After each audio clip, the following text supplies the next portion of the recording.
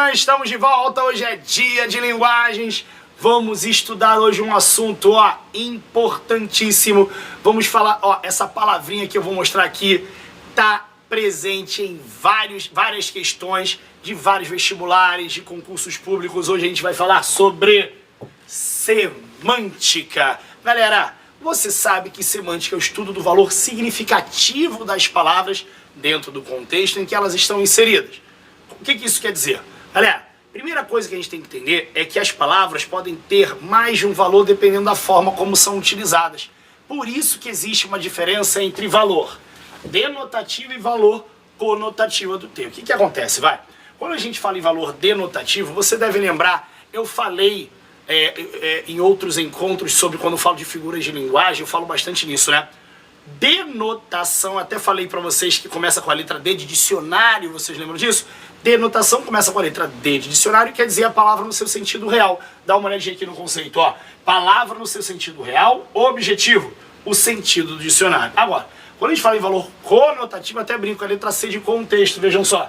Palavra no seu sentido contextual, usada de forma expressiva, ou seja, quando você usa a palavra dentro do seu sentido conotativo, ela vai se expressar de uma maneira diferenciada.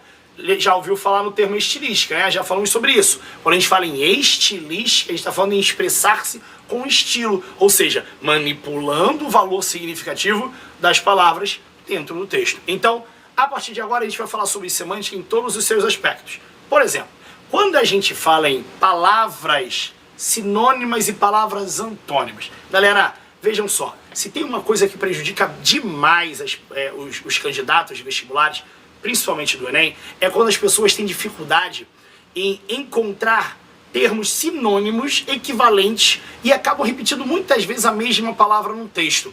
Olha, isso é enriquecimento de vocabulário. E como é que você enriquece? Falta de enriquecimento, na verdade, é pobreza de vocabulário. Esse é o problema das pessoas, que acabam repetindo demais as palavras. Galera, o que a gente tem que fazer?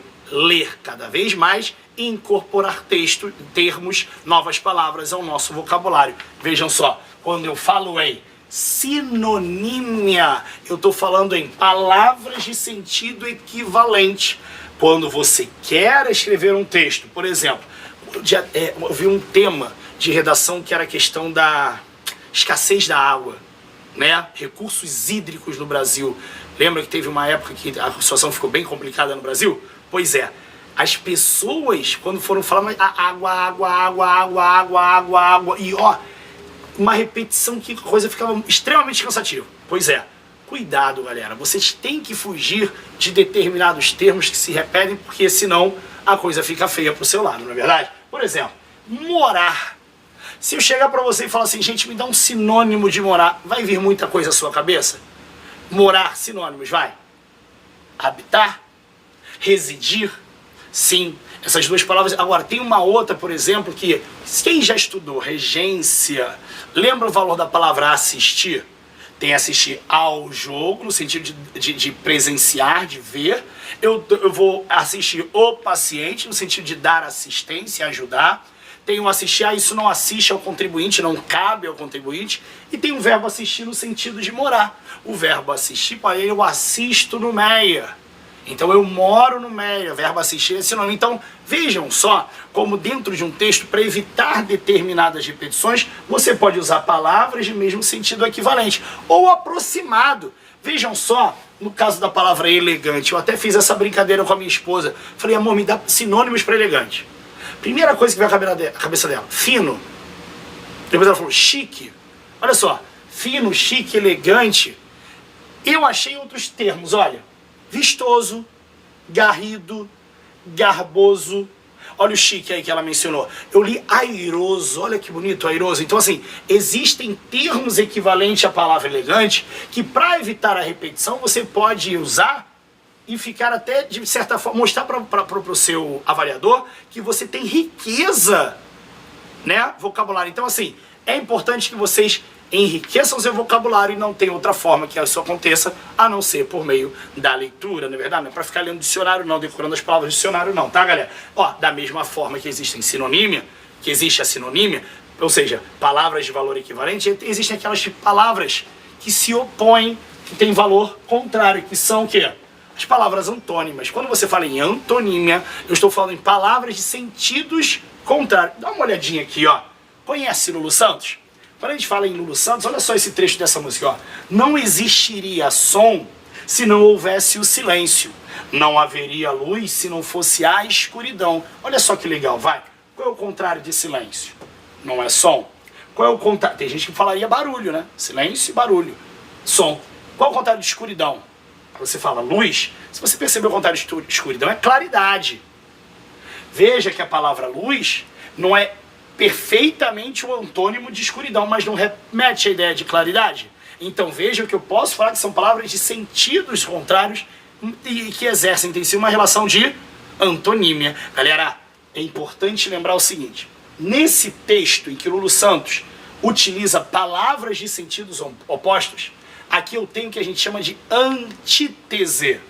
Antítese é a figura de linguagem em que dentro de um mesmo enunciado, palavras de sentidos opostos estão sendo utilizadas. Ficou claro isso? Agora, se tem uma coisa que eu ainda vejo muita gente confundir, é antítese e paradoxo. Aqui antítese, repito, vai. Palavras de sentidos opostos que se relacionam ao texto. Quando eu falo em paradoxo, isso aqui é uma coisa diferente. Lembre-se, lembra de Camões? Amor é fogo que arde sem se ver, é ferida que dói e não se sente. Ora, gente, se dói, você tem que sentir. Veja que aí não são palavras de sentidos opostos, são ideias que se contradizem. Ideias contraditórias que levam ao absurdo, que levam ao irreal. Como é que é uma coisa que dói e não se sente? Ele fala, é um contentamento descontente. Isso tá estranho, não tá? Então por quê? Porque foge à realidade, que foge à normalidade. Então, paradoxo são o quê? Ideias contraditórias. Antítese são palavras de sentidos opostos dentro de um mesmo enunciado. Ficou claro isso? Beleza? E aí você vai vendo exatamente a relação entre as palavras, como elas podem ser utilizadas no texto, expressando essa equivalência de sentido ou essa oposição. Ficou claro? Bom, além disso, tem um conceito muito legal da semântica, que é a homonímia. Gente, o que são palavras homônimas? Pensa só comigo, vai. Vai pelo termo, vai. Homo, igual. Nímia, nimo, nome. Nomes iguais em alguns aspectos. Vocês sabem que existem palavras na língua portuguesa que podem ser pronunciadas da mesma forma, mas na hora de serem redigidas, são diferentes. Tem palavras que, quando são redigidas, são iguais, mas podem ser pronunciadas de maneira diferente. Galera, é aí que surgem, por exemplo, vai. Os homônimos homófonos. Vamos de novo uma palavra, vai. Homo, igual. Fono é som. Palavras de mesmo som, mas escritas de maneira diferente. Quando você pega seção, seção, seção, veja que eu tenho 3 palavras com grafia diferente, mas que são pronunciadas da mesma forma. Você sabe que seção, S2S, é qualquer agrupamento de pessoas, como por exemplo para ver filme. Seção de cinema, tá aqui, agrupamento de pessoas. Seção C2S, eu fiz a seção do terreno, correto? Em vez de ceder. Então, nesse caso, seção C2S. E seção, SC cedilha, vem de secção, de seccionar, de dividir. Departamento, seção masculina, seção feminina, seção infantil. Ou seja, são partes, não é? De um todo. Então, quando a gente fala em seção, eu estou falando em departamentos, em pedaços, correto? Galera, da mesma forma que tem os homônimos homófonos, tem os homônimos homógrafos, que é a mesma grafia. Vejam só. Dentro aqui de homônimos homófonos, estou voltando para cá, em palavras escritas diferentes, mas com o mesmo som. Eu tenho concerto e concerto. Concerto com C é o concerto musical. Concerto com S é o substantivo do ato de concertar.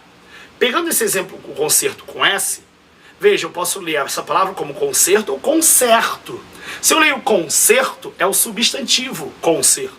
Agora, concerto é o verbo eu concerto. Primeira pessoa do singular do presente do indicativo. Vejam só, por exemplo, essa palavra aqui, ó. Aqui você vai ler colher, porque no caso é o talher substantivo. Agora você pode ler colher. Vejam que são palavras escritas de mesma grafia, mas que são pronunciadas diferentes. Substantivo é colher, o verbo é colher. Ficou claro isso? Então, são homônimos homógrafos. Mesma grafia, sons diferentes. E existem os homônimos perfeitos. Por que são perfeitos? Porque são iguais tanto no som quanto na escrita. Por exemplo, a palavra manga. Eu adoro esse exemplo. Manga, você sabe que pode ser tanto a fruta quanto a parte da camisa. Mas quando a gente falou de variação linguística lá no nosso primeiro encontro de linguagem, eu falei para vocês que a palavra manga pode ser o seguinte, vai. O carioca adora zoar, eu tô te zoando. O paulista fala, ué, mano, tá me tirando? Lá no interior, o pessoal fala, vem cá, você tá mangando eu? Essa expressão mangando de mim, né? No caso, mangar, quer dizer ironizar, debochar. Conjuga no presente, vai, mangar. Eu mango, tu mangas, ele manga. Vejam que a palavra mangar, ela é uma palavra homônima de outra, que na verdade é a mesma palavra, mas que tem sentidos diferentes. Cuidado, porque, por exemplo, vai, quando eu falo em bomba, é a mesma coisa. Bomba pode ser anabolizante, pode ser um explosivo, pode ser uma notícia assustadora, pode ser doce, na verdade, bomba de chocolate. Agora, prestem atenção. Percebeu que tanto no caso de manga quanto de bomba, eu tenho palavras que são escritas e faladas, pronunciadas da mesma forma, mas que o valor entre elas é totalmente diferente. Já a palavra cabeça, quer ver? Cabeça não é parte do corpo humano? Se eu falo que esse rapaz tem uma boa cabeça, se eu falei que eu preguei a cabeça do prego, se eu falei que ele é o cabeça do grupo, vocês perceberam que existe o mesmo valor semântico na palavra cabeça em todos? Por mais que você use de maneira diferente, cabeça como parte, cabeça do prego não é a parte do corpo do prego, é o topo do prego, assim como é o topo do corpo.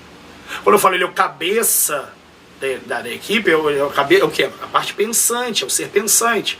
Ele tem uma boa cabeça, ou seja, ele pensa em coisas boas. Vocês estão percebendo que está tudo referente à ideia de cabeça mesmo? Não sentidos iguais, mas todos da mesma origem.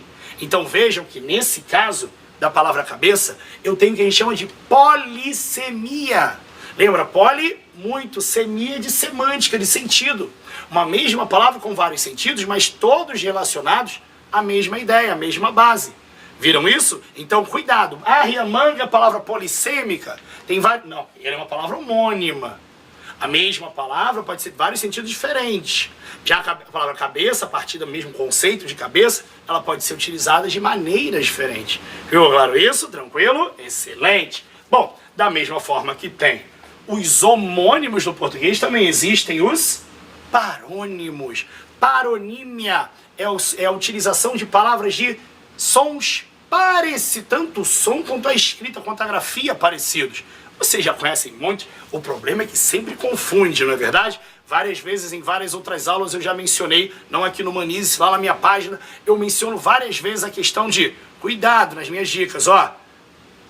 Uma coisa, outra coisa, lembra? É ratificar, retificar, imergir, emergir, não é isso? E assim vai, inflação, infração. Galera, palavras parônimas são parecidas, vejam só. Flagrante e fragrante. Flagrante é o ato de flagrar. Fragrante vem de fragrância, de cheiro. Veja, posar e pousar. Posar, fazer pose, na verdade.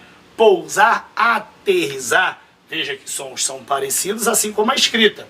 Soar e suar. Nossa, tem gente que adora falar que eu tô soando hoje, na verdade. Não, você está suando, transpirando. Soar vem de som, de emitir som. Ratificar, confirmar, retificar, corrigir. Cumprimento, medida, cumprimento, ato de cumprimentar ou de cumprir o cumprimento da lei, na verdade. Vocês viram aqui que são palavras muito próximas foneticamente e graficamente.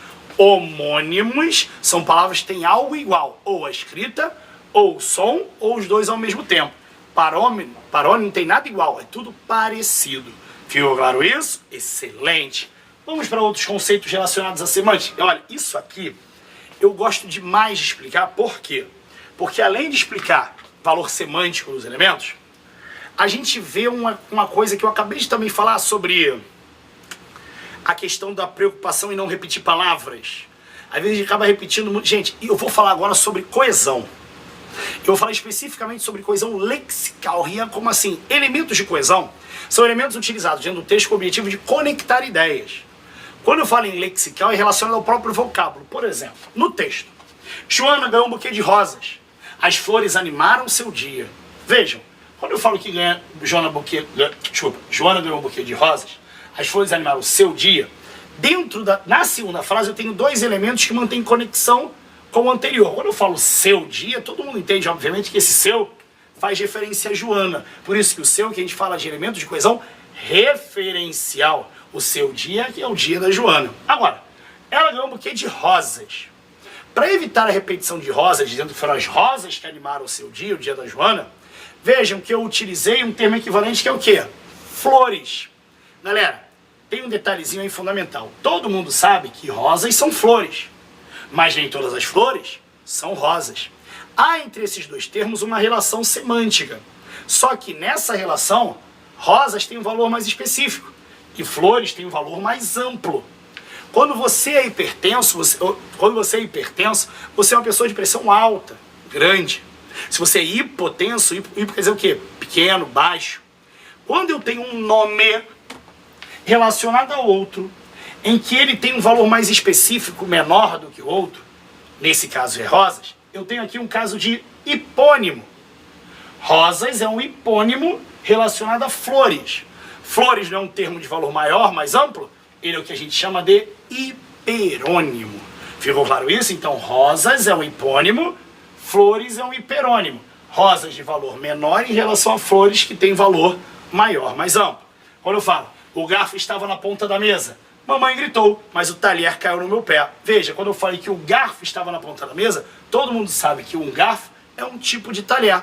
Então, nessa relação, para evitar dizer que o garfo, já tendo sido citado, seja repetido, dizendo que o garfo caiu no meu pé, eu usei a palavra talher.